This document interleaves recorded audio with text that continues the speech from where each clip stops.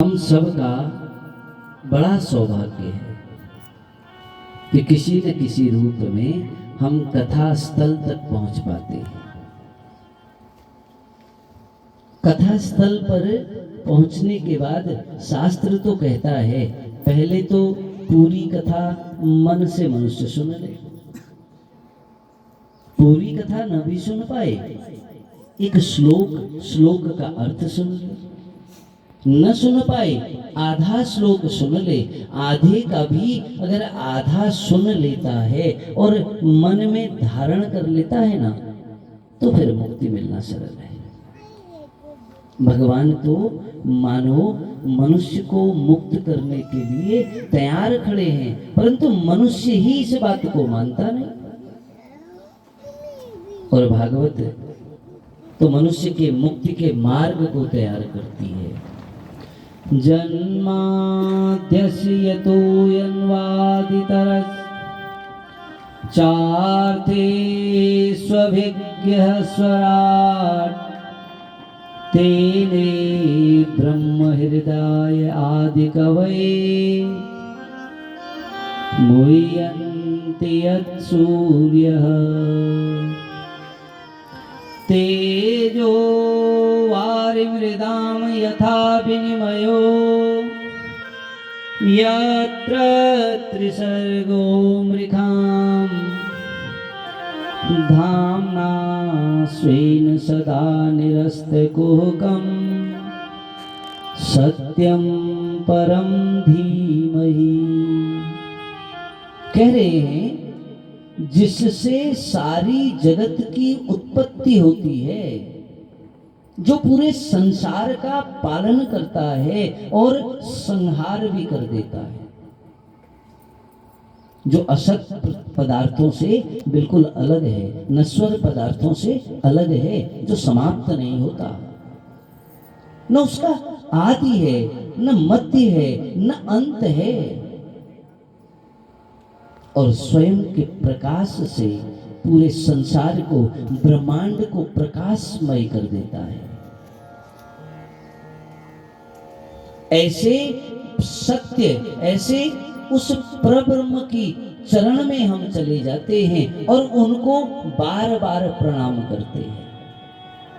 देखिए महाराज, किसी प्रमुख देवता या भगवान का नाम नहीं लिया, कृष्णम परम धीमहि नहीं कहा, शिवम परम धीमहि भी नहीं कहा, क्योंकि ये संप्रदायों के विवाद का कारण बन सकता था। कहते कृष्णम परम धीमहि, तो वैष्णव कहते महाराज ये तो हमारी कथा है, ये तो हमारा पुराण है। शिवम परम धीमहि कहते तो शैव कहते ये तो हमारा है महाराज। संप्रदायों के बीच विवाद बढ़ जाता, इसलिए कहा सत्यम परम धीमहि। हम उस सत्य को, उस अखंड को, उस अजन्मा को, उस अगर्भा को बार बार वंदन करते हैं, प्रणाम करते हैं। शौनक ऋषि सूत महाराज जी से नैमिषारण्य नामक तीर्थ में प्रश्न कर रहे हैं। कह रहे हैं सूत जी, आप तो निष्पाप हैं, आपके मन में कोई पाप नहीं, कोई कपट नहीं, कोई छल नहीं है। आपने इतिहास, पुराण, इनके तो रसों का मानो पान कर लिया है, इन सब का सार आप जानते हैं। आप संत समाज के भूषण हैं, संत समाज शिरोमणि है महाराज। और हे महाराज, हमारे मन में एक दुविधा है, बड़ा संदेह है। साधन करने में कलयुगी मनुष्य की रुचि नहीं होती है, वो साधन नहीं करना चाहता,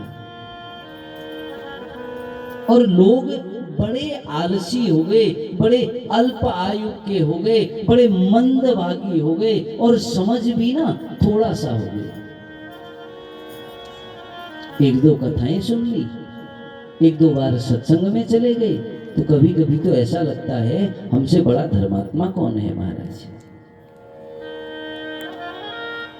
और हे महाराज, सबसे बड़ी बात तो ये है कि वो नाना प्रकार के दुर्भाग्यों से घिरा हुआ है, अनेक प्रकार की विपत्तियों से घिरा है। कभी धन की विपत्ति, कभी संतान की विपत्ति, कभी पत्नी पति की विपत्ति, कभी घर परिवार बंधु बांधवों की विपत्ति। मानो वो मनुष्य अपनी मुक्ति का साधन नहीं ढूंढ पा रहा है।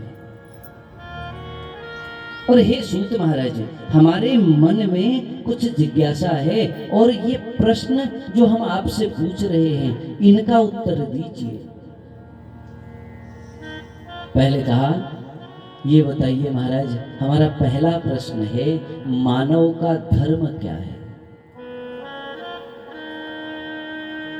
और हे प्रभु, दूसरा प्रश्न है, ब्रह्मांड में श्रेष्ठ कौन है? क्योंकि बड़ा युद्ध है, बड़ा द्वंद्व है। कृष्ण के भक्त कहते हैं कृष्ण बड़े हैं, माता के भक्त कहते हैं माता बड़ी है, शंकर के भक्त कहते हैं शंकर बड़े हैं। अरे जो जिसका उपासक है उसकी नजर में तो वही श्रेष्ठ है ना महाराज। परंतु ये बताइए, वेद जिसका प्रतिपादन करता हो, वो सर्वोच्च, वो सामर्थ्यवान कौन है? वो शक्ति कौन है?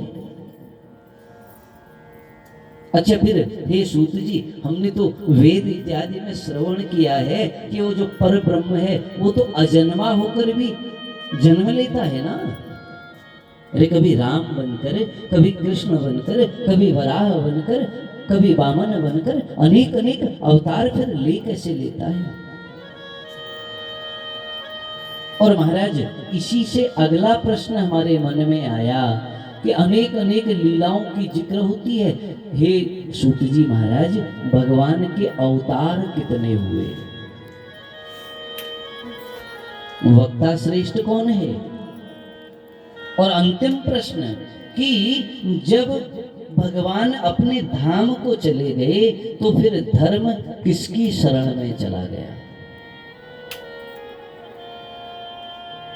सूत जी ने कहा, महाराज आपके जो प्रश्न है ना, लोका अनुग्रह कांक्षया, आपने तो पूरे संसार के हित के लिए प्रश्न पूछा है, अपने हित के लिए नहीं। क्योंकि इसको जो भी श्रवण करेगा ना, उसकी मुक्ति फिर कठिन नहीं होती। कहा तुम्हारा पहला प्रश्न है कि मनुष्य का धर्म क्या है, इसलिए हम आपको बताते हैं कि सत्यम परम धीमहि, मनुष्य का धर्म है सत्य। कैसी भी विपत्ति आए महाराज, कैसी भी परिस्थितियां हो जाएं, मनुष्य का जो संकल्प है, जो सत्य है, मनुष्य उससे डिगे नहीं। और आपने दूसरा प्रश्न पूछा, श्रेष्ठ कौन है? तो हे महाराज, हे सोनकाद ऋषियों, अनेक अनेक कथाओं के माध्यम से हम आपको श्रवण कराएं।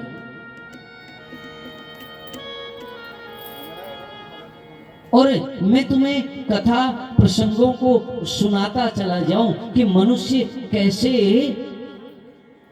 पार पा सकता है, किसकी भक्ति से वो मुक्ति को प्राप्त हो सकता है, वो श्रेष्ठ कौन है। हे सोनकाद ऋषियों, में अगला तुम्हारा एक प्रश्न है कि भगवान के अवतार कितने हुए? वैसे तो अनेक अनेक कल्पों में, अनेक अनेक युग में भगवान ने अनेक अनेक बार अनेक अनेक अवतार लिए हैं।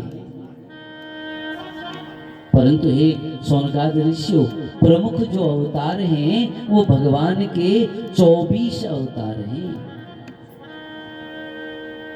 और मैं तुमको उन 24 अवतारों के बारे में बताऊं तो पहला अवतार तो है सनक, सनंदन, सनातन और सनत कुमार। ये जो 4 ऋषि हैं, ये भगवान का पहला अवतार है। भगवान का जो दूसरा अवतार है